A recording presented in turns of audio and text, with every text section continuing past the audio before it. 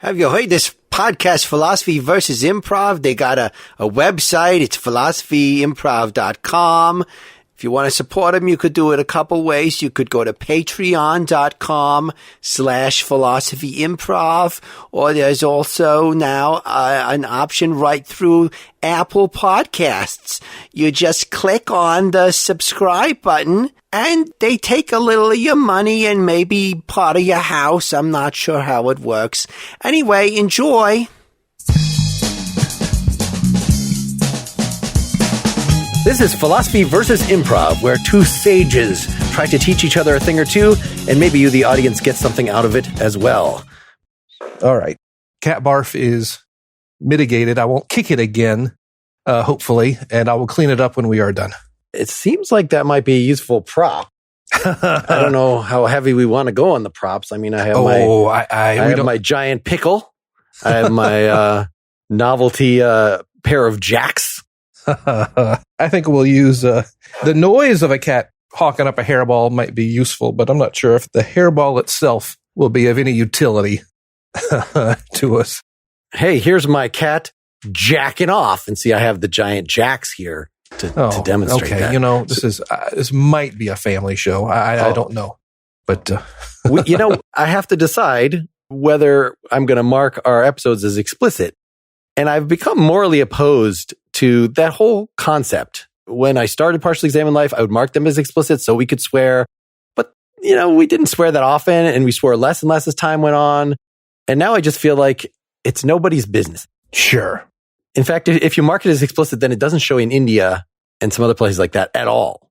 Wow. So, and some people like Bill Burr, his podcast, he swears all the time. He doesn't mark it as explicit. Why? Why should we bother to even open that? Well, there's a difference between explicit and kid safe. And I know that is a mark on YouTube where you can mark something specifically kid safe. I think that's probably the better way to do it. Is this with children in mind? And I feel like that's probably the better way of going about it. Because we can disagree as to whether or not something is explicit or not, or the degree to which it is PG-13, is it R? I would like to think we can all think, well, that's child safe. Speaking of child safe, I'm Mark Linsenmeyer, a philosophy child who's down to learn improv. And I am Bill Arnett, a improv old man, yet a child philosophically. Each of us has come with a lesson in mind to convey to the other. We have two rules for this conversation. We're not going to say what that lesson is up front, and we're not going to take turns. When the lessons seem done, we'll tell you what we learned. Our judges will decide which lesson produced the most profound effect. If the judges do their goddamn job, fuckers. We are definitely now explicit, or at least not child safe. Definitely not child safe. Don't you think children hear that all the time anyway? They do. They just need to hear it, in the right context. When you step in the cat barf is when they should hear it. Well, we are currently with my own kids, who are middle elementary school. When do we start doing PG-13? There's a lot of different PG-13s out there. No swearing in Indiana Jones and the Temple of Doom, but there is beating hearts pulled out of chests. Which is okay. That's fine. Ultra-violence. Yes. Those naughty words. How dare you? That pierce the pen is mightier than the hand ripping the heart unaided by a sword out of a chest. Well, that whole notion of hearts being ripped out does kind of play into my lesson for today. Ooh, start us off. What is your prompt? Should we start with a skit, or do you have a question, or how do we want to start? I think we should start with a little scene. And this is something that you have expressed consternation, concern about in prior episodes. And I just want to stab this thing right in the heart. And that is, I would love to give the audience 30 to 45 seconds of absolute, complete boredom. Just the most boring, nothing interesting is going on in this scene. And I know I have mentioned that before. There have been some struggles, but I think this time we can do it.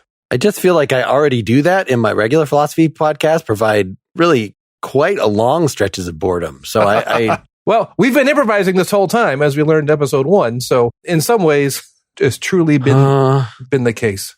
Kali Ma, another heart coming out of a chest. Yes. So boring. Is that a good beginning to the skit, or is that not boring enough? We can get into the skit. I keep calling it a skit. I know that's not allowed. I know that is a rookie move. It's insulting, in fact. A skit is typically something that is scripted. And in the scripted world, sketch is the preferred nomenclature to skit. So I was twice removed from that being a proper usage. You do a skit around a campfire. You do a sketch for the camera. Something more official, something more better. Boy Scouts should be more pretentious and be like, we're going to do a scene here. We're going to do a piece. I think that'd be best. We'll do a performance art piece. Yes, perhaps have some programs around the campfire. Let's dive into a is this a scene or not a scene moment.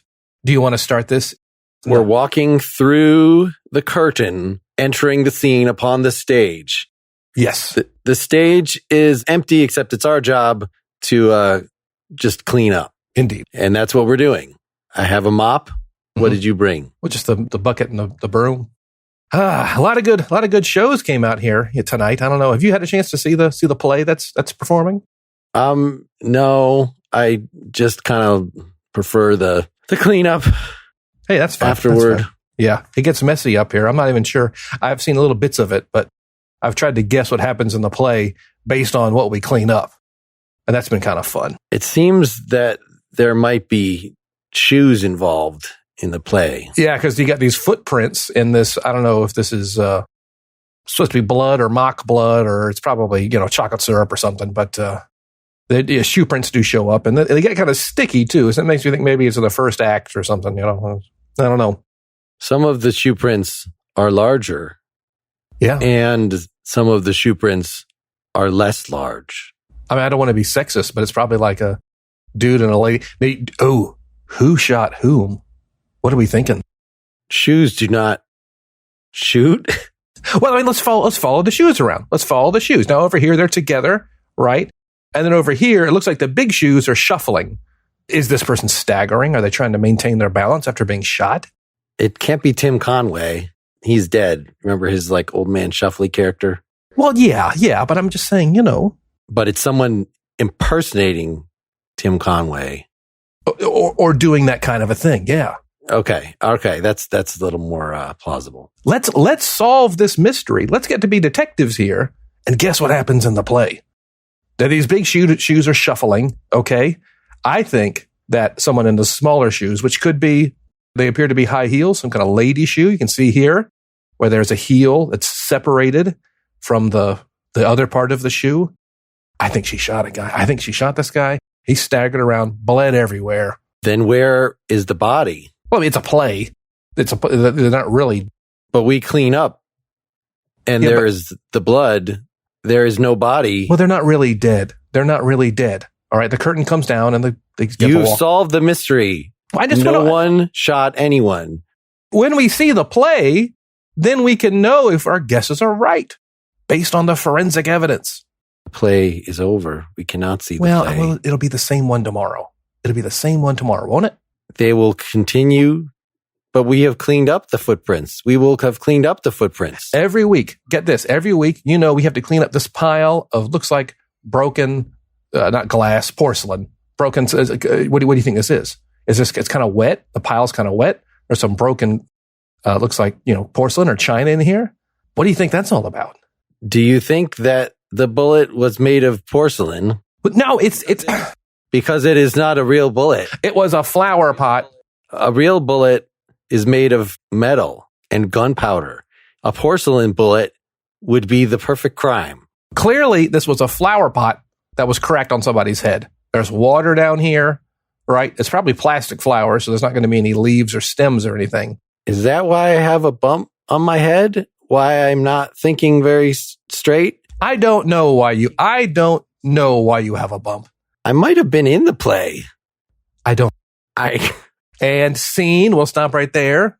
Not bad. All right. Not bad at all. But you see, here's a classic improv teacher. What did you think about that scene? It kind of drives me a little bit crazy. We can talk about that some other time. I was happy about it because I was not apprehensive. I don't care about the audience's experience. No. I only care about my experience doing it. And not only have I been a little apprehensive about the potential boredom in the scenes in the past, and then I find listening to them that they're simply delightful. That I feel like we're fulfilling what we owe It's a very low bar. The audience has chosen to participate in this by listening to this. And so it's under some ongoing negotiations as to whether they will continue to listen to it. But I think as long as you gave a good warning that this was going to be boring. And so the boredom, I guess you were asking, is the boredom actually successful? And that is something I don't know. I still found it interesting. So maybe, does it have to be boring for the participants for it to be really boring? When I say it has to be boring, what I'm trying to do is break down your perception of what is boring and what is interesting. There are many people who walk into this feeling like, if I don't have something interesting and hilarious to say, and this is not necessarily my lesson for today, it's tangential. If I don't have something interesting to say, I can't say anything interesting. And the truth is that we can discover something together. Neither one of us had in mind when this began. In fact, it was kind of clunky with some narration up top, narrating the action rather than living the action, that we were janitors at a theater cleaning up after a stage show. And that was discovered. That was purely discovered. And through diving into that reality, what is it to do that job? We suddenly found out that we could be amateur detectives. Neither of us had seen the play yet, so we can try to guess what happened based on the carnage left on stage. And I think that's a cool, fun idea. I think that's as funny as any ideas you'll see on SNL, and it's going to be in the execution. And I thought we executed it B+. Yes, I thought that was a good idea of yours. I think that I had already set up a character who had some head trauma or something, and my interpretation of what boredom means is to say things that are more boring than a human being would actually say without having some prior blows to the head. We're several weeks in, and you've had a number of head trauma persons. Maybe next time we do this, there's an old improv canard, and we can... I don't want to debate it. In fact, I'm a little anti-canards in general, but play to the top of your intelligence. Again, the meaning of that has been debated entirely too many times, but it's this idea. I take it to be this idea of, you know what you know. As a human being, you know what you know. And you know a play takes about 2.5 hours. You know there's intermissions. You know how it works. You know how the world works. And don't be afraid to try to be clever or creative about outsmarting how the world is. A little bit of a clunky explanation. I'm, again, kind of bringing in this compact between the performers and the audience, that the performers know how the world works and the audience, to some extent, and you've implied that this is less so in improv than in other media, understand the conventions of what's going on. And especially if they understand the conventions of improv, then their expectations will be low. Is that... Mark, you have repeatedly, I'm not sure if you, I haven't listened to quite enough of your other stuff to know if you're constantly beating up yourself, beating up your work, beating up everything. But I think you think you're very concerned. I think you are too concerned with the idea that there needs to be an asterisk. There needs to be of like, don't get your hopes up. Okay. And it's almost like setting the groundwork for failure. If we're always telling people or always worried ourselves that this is not succeeding. I guess I'm less picking at the worry part of it and the and we've kind of gone over that ground enough, but the social conventions, like if you watch something on TV that is not a reality show, you're probably expecting something that needs to grab your attention right away. Sure. If you know that it was a film, technically, you probably have heightened expectations for how much money went into shooting it. If something is on YouTube or it's a reality show, you have all these genre expectations, and then you judge based on what you think the thing is going to be. Yes. I mean, it's difficult in improv. One of your earlier lessons is nobody knows what the rules are. So it's less clear what the genre is, which, to refer to that performance art again, I see it closer as being like performance art, that it is so open that it's like the audience members agreeing to just be open-minded. There's a product process thing going on. And part of the interest in improv, well done improv, is seeing the process and seeing you and I make a discovery, I think, and as a consumer of improv, is fascinating. You ever watch Bob Ross, Joy of Painting, Bob Ross? And he always does the background first and then does the middle and then does the foreground. And again, I would never buy a Bob Ross style painting unless I knew it was a Bob Ross painting, in which case I would buy it and display it proudly with a certificate of authenticity right next to it. It's just not my style of painting. But watching him paint is engrossing. And I think, it's like when he's got the background and middle ground done, he's going to put something in the foreground. And he even says, going to get dangerous. This is going to be crazy. And he gets that knife and loads it up with just Van Dyke Brown and just slashes it right down the middle, A knife? He actually uses a knife? What are you doing? A painting knife. There's a triangular tool that he uses, and right down the middle of the page, just with this big black or brown mark, And at the time, it's like, what are you? Doesn't make any sense. I'm a little bit confused, but he turns it into this beautiful tree and this beautiful foreground. And it makes sense. But part of that is Bob Ross just diving in. I'm going to intentionally ruin what I have. I don't know what's going to happen. I'm presuming it's going to be a tree. Little do people know he actually has already painted the painting he's painting and is sitting right just off camera. So he has a model. But it's this idea that you have to just kind of dive in and do something and let the painting talk to you, let the sculpture talk to you. And there's some feedback going on between the painting and Bob. And I think watching that is interesting. And we will sit and watch Bob Ross paint and talk because it's interesting to see an artist create. I think that is the draw in improv. Sure, we leave saying, man, that one scene was so funny where it was people trying to be detectives. That sure was funny. But in the moment, I bet our biggest laugh is going to be when we discover these janitors are trying to be detectives. That's really funny to me. And I had trouble at the time, again, because I had painted myself in a quarter character-wise, but not interminably so. I could have done a reversal, but really just was having trouble thinking of what is the best way to respond to, maybe because I was not quick enough in creating that vivid sense of what you were discovering on the ground and creating that universe with you. It seems like there's an amount of cooperation that I was falling short. Again, I'm not criticizing myself. I'm just giving my analysis of how the scene went. Sure. That is fine. That is fair. Another thing too is, even in the most successful improv scenes you're ever going to see, only 1 in 10 lines is really funny. And it's those other 9 lines that people stress about. They're worried they're not being funny, when the expectation is that they shouldn't be. And we can have huge swaths of time where people are not laughing, or we're just living in this moment, that are still going to be successful. And then we will discover that 1 line out of 10. We won't sit on it. We won't wait for it. We will discover it around line 7, 8, 9. Oh, wait a minute. Now I see something. And we will make a discovery, and we'll splash that paint across the canvas and do something bold and make that discovery. And then we'll go back, and with our other 9 lines, we're just filling in the leaves on that tree, if that makes sense. Yes. And I want to draw an analogy if this is sort of like, I want to respond to what we ended with last time, which you were raising this idea about libertarianism. And I was getting me thinking more fundamentally about the social agreements that we make, even to be part of a society. This social contract, you're familiar with that term? Sure. I've heard it. But there's something comparable to any institution that we enter into. And by institution, I just mean an instance of, so we're doing a scene together. We're doing a podcast together. If I, as part of this podcast, cross certain lines, then I would be violating the podcast form. And there are a number of ways that I could make that mistake.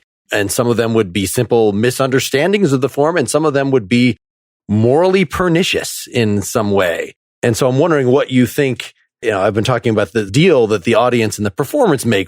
We're participating in this certain kind of performance genre, and you have an interest as audience member in enjoying that. And so you'll adjust your expectations, not necessarily lowering them because you assume it's going to be terrible, but to what the thing, this is a podcast. It's not sponsored by NPR.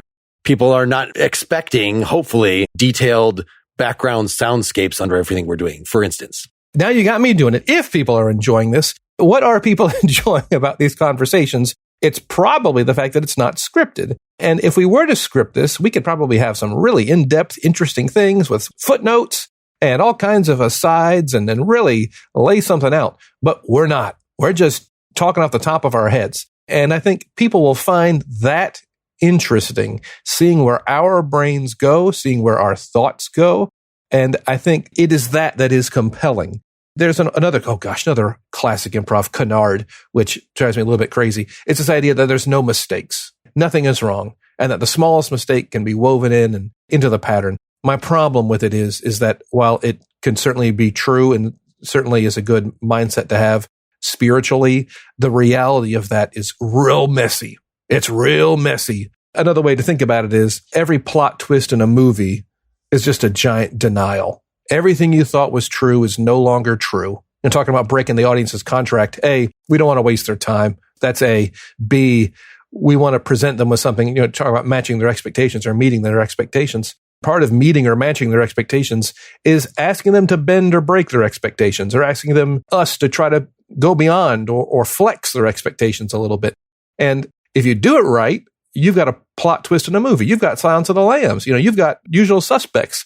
I'm not saying that's easy, and I think it can be challenging in improv to do that. But some of the biggest laughs I've ever seen and experienced and been a part of are the unexpected moment that occurs that no one could ever imagine having happened. And it isn't what happened, it is that it happened. So I guess I thought that that's what I was trying to do with the twist of that you're describing what has happened and putting two and two together of this character I'm playing seems to have been the victim of some violence just by the evidence of his sheer stupidity. So that the jump to maybe I actually was the victim in the play is not so crazy. No, it isn't. You're right. Maybe I should have gone with that more. I don't know how you would have, though. I mean, what little we had set up with these characters that they had some history of doing this, it seems implausible. I'll tell you what I liked. Here's an example of using a quote unquote mistake. The top of the scene, I gave you a little bit of guff for like narrating how it works. Okay, we're walking through the curtain and we are cleaning up. I gave you a little bit of guff for that. But believe it or not, especially over radio, over a podcast where we don't get to see people on stage, that could be a really interesting technique. And in fact, if this show were to continue, we could use that technique again. Listen to our own work. Look at the painting we have painted already, and it will tell us where we put that giant tree in the foreground. Can we do a for instance? For instance, imagine this. A yellow police tape is strung across in front of a bank, and we see one of our janitors from the play enter. He walks in, looks around, sees a man wiping his brow in a suit, presuming to be the bank manager. Excuse me, sir, you're the branch manager here? Yes. I'm sorry, I don't usually do this. I am a janitor, but I'm also a detective. Have the policemen have helped you? Have they helped you solve this crime? Do we need any help? They just seem to ask me the same questions over and over again. It was a really straightforward. Do I have to repeat the story to you as well? No, you don't. I'm a janitor, okay? I come in after the mess has been made, sift through the pieces, and try to reconstruct the crime.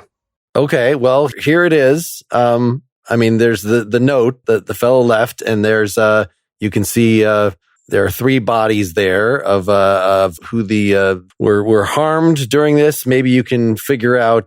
It looks like that one's an actor. May have just been in a play earlier today. Some sort of jelly. I don't know exactly. Yeah. Well, that's. I'm the janitor here, sir. I'll solve this crime for you. That's what janitors do. Let's see here. Okay. Interesting. Have you thought about brushing for any kind of prints? Sir, that's... I don't mean to backseat janitize. That's what the police do, okay? Now, here's what I would do. I take one look at this, and you know what I think? I'm going to need a mop and a bucket. Why? Because there's smears. You see how this blood is smeared? It didn't start there. It got smeared across the floor. Perhaps when someone was crawling away, or perhaps when the assailant stepped in it and slid in it, okay? So that's what I'm thinking when I see these stains. You know what else I'm thinking? I'm going to need a vacuum cleaner. Why? Because some lint particles have gotten onto this rug. Now, are these lint particles from someone's suit, someone's clothes that this person had on? Okay. Now, if you want to sweep these up and send them to the police for analysis, that's fine. Or you call a janitor. You know, this all seems really quite irregular. I don't think that... What? You don't think what? That I'm qualified to solve crimes because I'm a janitor? It was an inside job. You didn't hear that from me. That's... Well, I wasn't going to say this, but I think I detected a faint urine smell behind the counter. But here's the thing. It was not at the teller station that was robbed. And that tells me an adjacent teller, upon finding out that it was a robbery, wet themselves. Yet the primary teller, the one who was the focus of the robbery, did not wet themselves.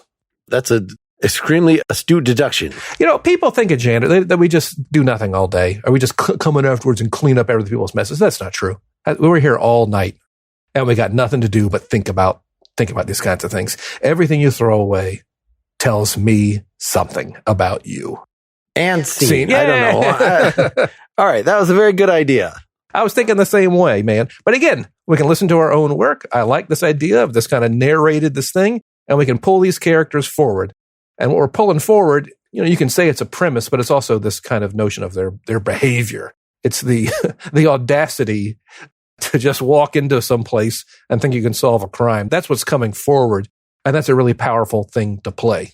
And I clearly got the sense, because as being a bank manager and you being the wacky janitor detective, that can we just come up with another term for straight man? Because I just want to, let's say the dupe.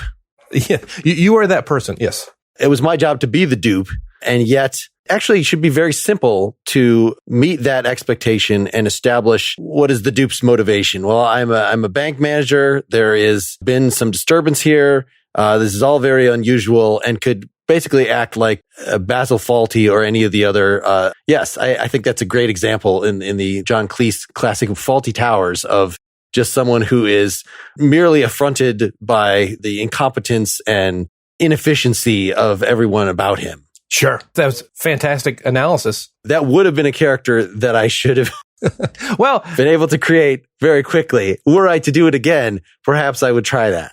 98.5%, as good as that character is, reasonable bank manager, is meeting the audience's expectations of what a bank manager is. My favorite line, can you guess what my favorite line is that you had? What's that? When you questioned my being there. Look, I don't mean to disparage janitors, but I don't think you should be here. Kind of towards the end, I loved it because that's true. That's what everyone in the audience is thinking. The ridiculousness of a janitor going around solving crimes using their janitorial powers is ridiculous, only in a world where janitors don't do that. If we're in a world where janitors do that, well, then it's not ridiculous. A fascist Nazi vampire shoe salesman in a world of fascist Nazi vampires is just a shoe salesman.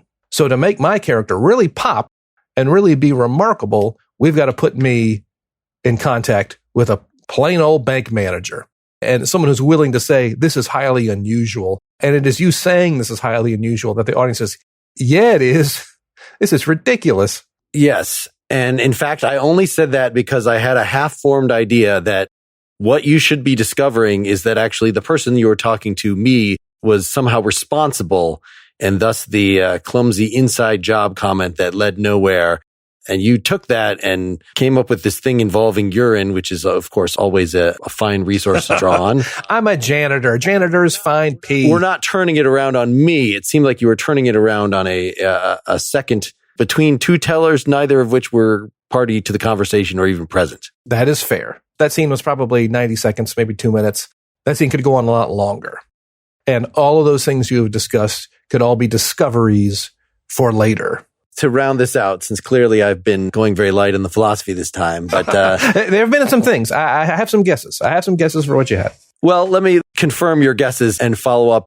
Do you think that the sort of deal that we make to participate in an activity, and I want to just say the broadest possible activity, being a citizen, being in society, that there are rules that are sort of natural to the form? That is the idea of social contract theory. Or that it is something that is really under constant negotiation. Do you see the difference of the alternatives? A little bit. So to bring it to comedy, Seinfeld and Curb Your Enthusiasm, like a lot of I think it's a very Jewish form of rabbinic, there are rules about everything. And so thinking that, you've violated some social norm, that the Larry David character is constantly saying, putting forth some thing that maybe the other person in the conversation, like, no, I don't even know what you're talking about. You're making this up. Or there are negotiations about like whether it's okay to eat something that's just fallen on the floor. That's a known thing because, there's the 3-count rule. Whether you think that works, clearly that, improv is such a open-ended, like performance art kind of thing that, we could change genres in the middle. We could challenge genre expectations. We could do all these things. Because that's the nature of things, is society itself similarly really open, so that really we have very little to expect from each other other than we do not physically abuse each other Or are, as Larry David might have us think, much more detailed rules that we're really obliged to follow? I think there are lots of little rules. I think there are probably more societal rules than we even realize. And some of them, are very arbitrary and may not necessarily have much reason behind them. But they also change and flow and move, and they're kind of alive. And as generations are born and generations pass, I think there is some flexibility in there. And I also think that there are probably a lot of expectations that we have around those rules that actually aren't true. I remember like when Chicago was going to ban indoor smoking. None of the bars or restaurants could smoke. And at first it was a voluntary thing. And the city was essentially said, hey, if you want to ban it, that's fine. We got your back. That's fine. But in the span of about 18 months, it was hard to find a place inside to smoke. Yet when they said it was going to happen, people are like, oh, that'll never work. That's dumb. What? Ban smoke indoors? That's going to be terrible. I mean, despite the fact that only like 1 in 10 people are cigarette smokers, yet 70% of the population said it wasn't going to work.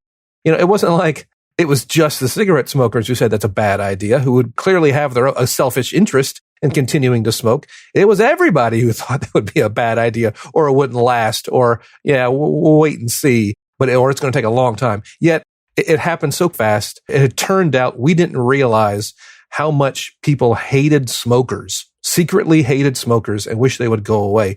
And it's almost like finding someone you've known for a long time. You didn't realize they have the same birthday, or they're from the same town you are. Oh, wait a minute. You grew up there too? Oh my gosh. Do you know so-and-so? Where'd you go to high school? It's like, smokers drive you crazy too? Oh my gosh. I didn't know, yeah, it happened so fast. So I bet there are some social things that we're living with right now that are just teetering on absolute collapse.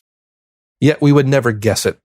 Well, and I think that smoking thing is a great example, because that's clearly something that smokers would then be saying, you're violating my freedoms, that this is not part of what I agreed to just to be in society, that I wasn't allowed to smoke around people. Yeah. That even if it is doing some harm to them, it is a tangential enough harm. It's not like me stabbing you. Well, it is a byproduct of something that I am taking on myself. In other words, do unto others as you would have them do unto you. I want people to smoke around me, so therefore I will smoke around you. Yeah, well, run for city council or put it in your blog, one of the two, So something that's under negotiation.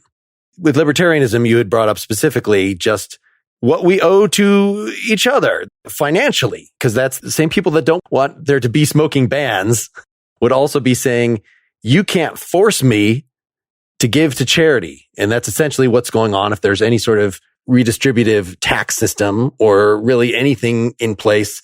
Yes. Like, it's fine if I want to go to my private charity or my church or whatever and give a good portion, like that's just all. But the fact that you as a society, the people with guns, ultimately, if it's a law, if I scoff at it enough, somebody is eventually going to come and fine me. And if I refuse to pay the fine, then I'm going to be in jail. And there's going to be a gun involved. Any rule, no matter how trivial, if it's the government putting it into place, at the end of that chain is something that could kill me. And so maybe we better be a little light. We could have all these social mores, expectations of each other. It's impolite to smoke. You could give people dirty looks. You could kick them out of their private establishments, but maybe it should not be the government's job to force people to not smoke or to support the needy.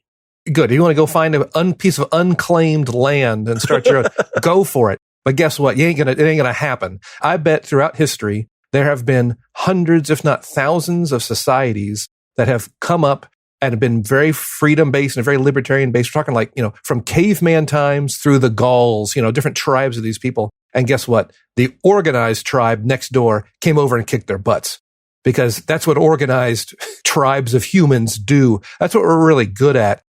Talking about is religion or this whole idea of family or duty to something bigger. I think that is a piece of humanity to a degree, perhaps to a very large degree. And boy, when humans decide they want to do something, it gets done. I think when they they let go of themselves a little bit, some pretty amazing and terrible, generally terrible things can happen. But you're not going to get Rome. You're not going to get the Chinese dynasties. You're not going to get any of that stuff in anything resembling a libertarian system, because anyone next door who is ever so slightly more organized will kill you, just as you said. I don't know that I said that specifically. Well, as you said, there's always someone on the other side of that bayonet. Yes, that was within a society. Between societies, that is a different thing. Well, we're all between societies until one society gobbles them up. And now we're one society. There you go. This is a good enough point to call an end. I think I probably gave it away toward, well, let me tell you what discovery was your thing today. Is that not the theme? It ended up being the theme, but it was kind of tangential to that, kind of close to that. This idea that we discovered that theme as we went. Indeed, I'm going to follow that rather than what I came on stage with. The audience heard our exchanges. So why should I try to drag something in that I had in mind before this even started? It's going to look weird and strange and out of place. I'm going to follow what we've created together. That's going to be more valuable. The thing I came in with was this whole idea, and it's kind of close, that a premise is only funny when it is revealed and never again if you don't play it well. So we can reveal any premise we want. These janitors at the theater who clean up and solve crimes, that's a pretty funny premise. And we agree that's a funny idea. You can see that it's got some legs to it. But you have to execute it well. You have to play it well or no one will laugh again. Come up with the funniest premise you want. I can give it to my first grader and they can ruin it. That ain't hard. Ruining a bad idea is easy. It's taking that one fun, interesting, cool idea that we discovered and playing it well. That really is going to make, that's your paycheck right there. That's the difference between a great improviser and a fair improviser, is milking lots of laughs and lots of things out of one simple idea. So, see, I had thought the premise was that we were doing something as boring as possible. So I had a different understanding of what the premise was. I think that my execution on that one was okay. On the second one, even though this character that I should have been playing was the dupe, what I was in fact doing was the improv dupe. When you try to involve a civilian, that you came in with a nice, sophisticated premise that we'd worked out, didn't know where my mark was. I was, sure. Give me 3 minutes, I would have been right on it. I was good post-gaming it, but at the moment, I was just as taken off guard by the improv scene as that character in the scene would have been taken by the actual situation occurring. Perfect. It's just acting is reacting. It's just reality. Tell me what you think mine was. I think I laid on it pretty specifically, but there were a lot of the idea of social contracts and social expectations that came up on this whole idea that how important, how heavy, how valued, both in reality, how are they valued, and hypothetically, how should they be valued? This notion of social expectation and the will of a large group of people and thinking about people in a large sense, in a gross macro sense, and what their expectations and thoughts and feelings are. Well, and that is ultimately the source of what is alleged to be the rights that we have, that these are really not things that are natural consequences of the form of being a society in the first place, which is what all the social contract theorists thought. That it's Thomas Hobbes, who kind of came up with it, said, look, the state of nature is so terrible that we would do anything to be out of that. And so we just give up all of our freedoms as soon as we get in this. And it's okay. In fact, we should have, one tyrant, the Leviathan, that is just ruling over all of us. That person is not having to obey the social contracts. The rest of us, that we are just so frightened of the world outside of society that we have already, not just that we should, but we already have given up any expectations of even fair treatment. And so, of course, guys like John Locke and subsequent John Rawls, other folks that were kind of building on this, said, no, of course we have lots of expectations. And if those are not being met, we have a right and maybe even a duty to overthrow this evil system. And, so we still have that as a very active part of our political life today, of people being sick of whether it's you're complaining about minority rule in Congress and how we can't get anything done, the system is broken down, or you're talking about people on the other side thinking the whole election was a sham. And we therefore, need to go back basically to the state of somebody's violated the social contract. So therefore I can violate it too, or do something to bring back the real society, the thing that I've actually agreed to. And I think it's probably so ingrained, certainly in American society, I can't speak for other societies, that you can leverage the idea someone broke the social contract to manipulate people. And you can actually, even if it isn't true that someone broke the social contract, you can create a scenario where it is true and convince people that it has happened and that it requires immediate extreme action. that is the worst thing you can do, even if it isn't actually happening, unfortunately. Now, one of the parts of the social contract of being an audio-only medium is that we will not do things that require our audience to have a visual grasp of that which they cannot grasp. But nonetheless, I'm going to unveil our one remaining judge, the only one who had given a real answer 2 episodes ago. And here is Chicky. Hello, it is I, Chicky, and I am casting judgment upon you because you have come to me looking for my wisdom and my superior strength and thinking. Is that a chicken puppet? For people, we're actually on a Zoom call right now. We can see it looks like a... I'm not exactly sure. I'm not a speciesist. I am not a chicken. I am not a duck. I am my own creature.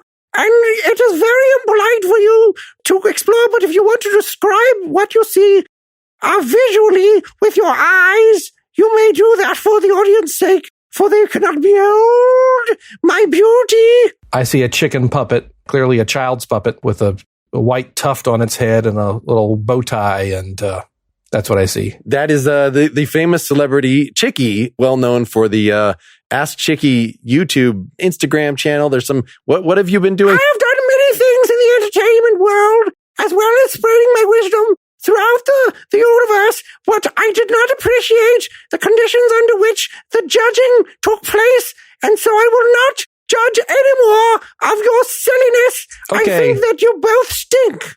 Okay, All thanks, right, Chicky. maybe that's enough. Maybe that's all right. Chicky is stormed off. I guess should we just decide ourselves? I gotta say that the improv, even though it might not have been the lesson that you wanted to convey, was very valuable this time. And clearly I was just shoehorning the philosophy in, even though it eventually became something that, that actually was my ultimate point, that I don't think the social contract is something that is given by the structure of what a state is itself or by human psychology. I think that it is something that is under constant social negotiation. And so if you say taxation is theft or some goofy stuff like that, if you make these libertarian claims, then you're basically giving an opinion, and there might be evidence for that. You'd want to look in the historical record. How have things worked out when we've allowed this kind of stuff? And so there's definitely, unfortunately, we all want to argue against abuses by the government. We want to argue against too many demands, too many rules, but we can't do so based on it's against human nature to order me around that much. Or, you just have to really argue it based on the experiences that people actually have. Do you feel stolen from when people take taxes from you? How much, is mandatory military service? Is that too burdensome or not? I think absolutely it's too burdensome. I think there should be as few, given that there is a gun behind every law and potentially sending people to jail. You should not make laws for sort of cosmetic reasons, certainly not policing people's morality. No, well, I couldn't agree more. I think people getting lost in abstractions is a weapon and a tool used to manipulate people. And I can come up with some kind of abstraction. Right now we're seeing what's that? Critical race theory. It has become an abstraction. What is it? Well, it's whatever you want it to be. And it's either welcoming you for breakfast or it's hiding under your bed. And you get to decide. And you can't look under a rock and find critical race theory. Well, clearly this is what it is. It's not concrete. And because of that, its definition is completely malleable to whoever wants to throw it around. And it's unfortunate that humanity does this all the time. And we fall in love with an abstraction, and we can bend and manipulate it. I mean, define patriotism, gee whiz. So when you said we have to look at people's actual lives and how they're living them, and are they able to follow their happiness, that's really all that matters. And if we want to call law A socialist and call law B libertarian, that's fine. Are they impacting people's lives in a positive way? Great.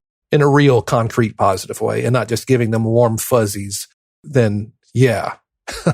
So you, again, in the last couple minutes, brought in a different Pandora's box. The critical race theory thing, which, like the libertarian thing, is so fraught with, so many that I can't start on it. But Bill, I really enjoyed learning from you today. And I enjoyed learning from you too, Mark.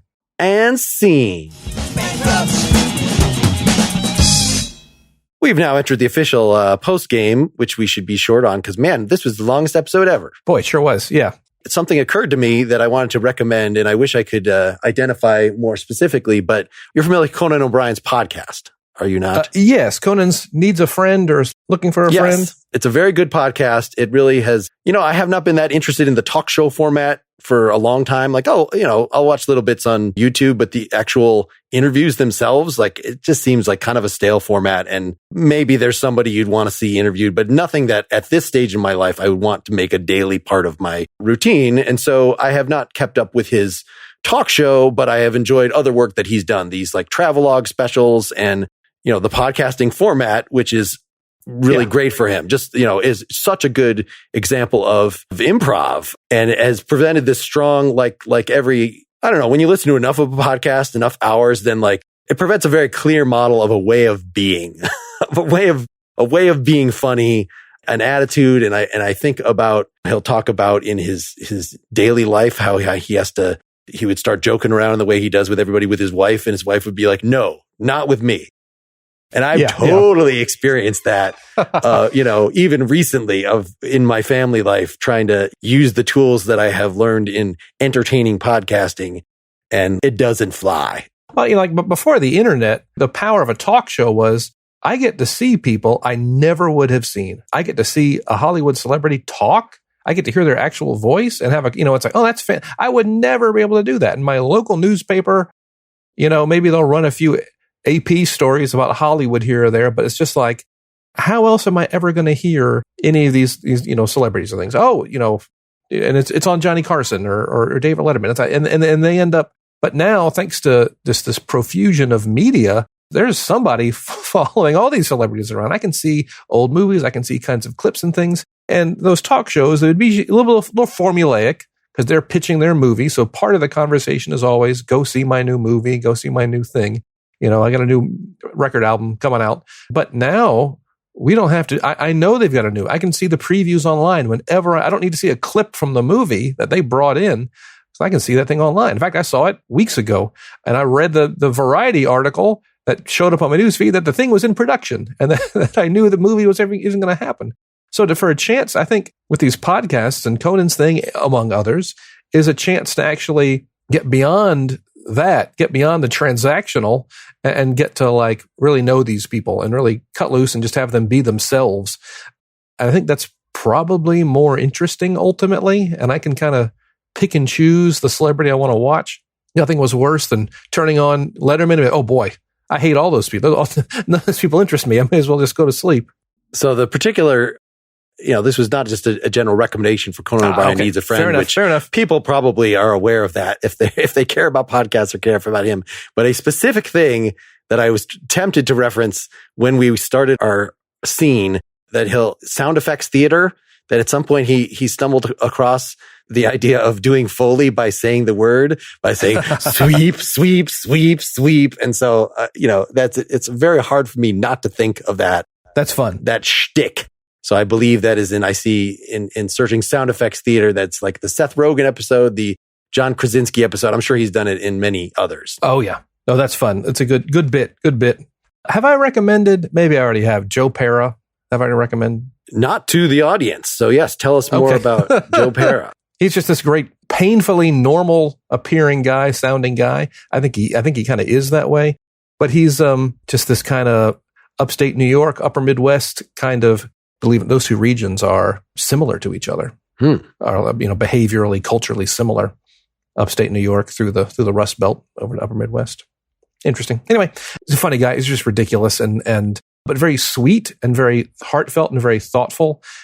So a whole episode of his show might just be him waiting in a beauty salon for his grandmother to get her hair set, and he couldn't be happier to be there. And I think in this day and age, I think when people like, boy, I sure love that Ted Lasso, because it just had a little bit of heart to it. It wasn't just so nihilistic. It wasn't so loud and fast. That sometimes these things that have some heart to them are, I think, a little bit more impactful. So he's got a show on Adult Swim and a few specials floating around on YouTube. But yeah, I can't say enough about Joe Pera. So is Joe Pera Talks With You is the name of the show? Yes. And you had sent me an episode, Joe Pera Talks You Back to Sleep. Yes. Which, yes, I found charming. And this is one of the comments that I'd gotten from Tim Sniffen, the fellow that introduced us, was that you gave me a recommendation on the first episode. And then the next episode, I was demanding another recommendation from you and did not react in any significant way to the first one. And the truth is, of course, that if we're going to do these recommendation things, we're not going to get to every single thing. I mean, your first recommendation was of your open jam. Sure. An idea to see who I am. We've never met in person. Yes, which I did watch part of that, but it was sort of a something I didn't want to wade into because it was like you giving lessons to other people, and I didn't want to start like. In fact, I've the entire time we've been doing this podcast, I have your book. Oh, okay. Right here on my desk, and I have not opened it because I don't want to. I want to have fresh virgin ears for your instruction here. At some point, I will feel like I have heard enough from you that I can break in and sort of systematize that. Yes. But yes, any evidence that we can actually partake of the other's recommendations. Yes. All the better. All the better. I don't expect that you have gone to the series of death lectures that I recommended one of the last time already. I have them flagged. I was out of town and didn't want to listen to death while I'm at the beach with my family. That's The Complete Improviser, where all fine books are sold. Available in hardback and e-back as well. I want to get that plug in. With that plug, let us say goodbye. Thank you for listening. Thank you. Thanks, Bill. Thanks, Mark. I shall sell my soul. Bankrupt. Bankrupt. Bankrupt.